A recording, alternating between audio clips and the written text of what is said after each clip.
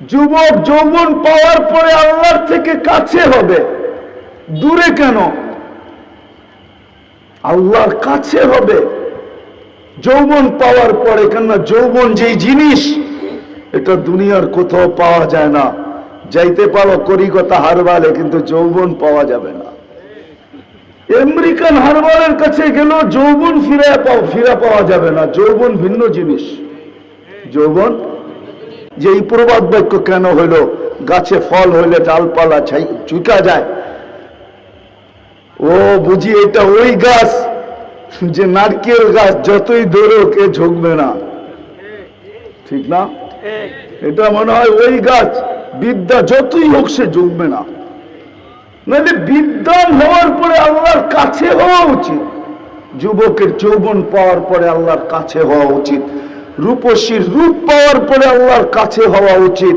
যোগ্যতা আলাদের যোগ্যতা পাওয়ার পরে আল্লাহর কাছে হওয়া উচিত ছিল।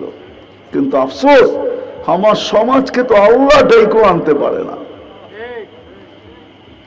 24 ঘন্টার ভিতরে 5 বার ডাকে।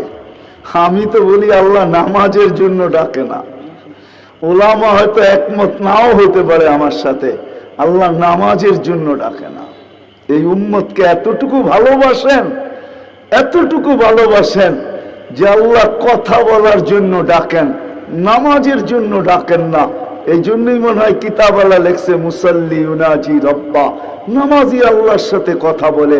রাত্রটা যখন পার হয়ে যায়, সুবে সাদেক যখন হয়ে যায়, তো আল্লাহ চিৎকার দিয়ে মনে হয় বলতে থাকেন, রাতটা পার হয়ে গেল, তোর সাথে কথা হইল না, জলদি একটু ওঠ না, একটু আয় না, তোর সাথে একটু কথা বলি না। আবার যখন সকালেরটা ফজরেরটা শেষ হয়ে যায়, আবার দুপুর আসে, তখন যেন আল্লাহ বলতে থাকে, সেই সকালে কথা হইল, এখন তো দুপুর হয়ে গেল, তোর সাথে কথা হয় না, একটু আয় না, দুপুরে একটু কথা বলি না। দুপুর যখন ঘনায় আসর বিকাল হয়, তো আল্লাহ আবার ডাকে, সেই দুপুরে কথা হলো, এখন তো বিকাল হয়ে গেল, আয় না, তোর সাথে একটু কথা বলি না। বিকালের পরে যখন সূর্য ডুবা যায়, তো আল্লাহ আবার বলে, সেই বিকালে কথা হইলো, আর সূর্যটা ডুবা গেল, এখন তো রাত্রই হয়ে গেল, আয় না, তোর সাথে একটু কথা বলি না, যেটাকে মাগরিব বলে। আপনি বলবেন এশারের সময় কেন কথা বলে?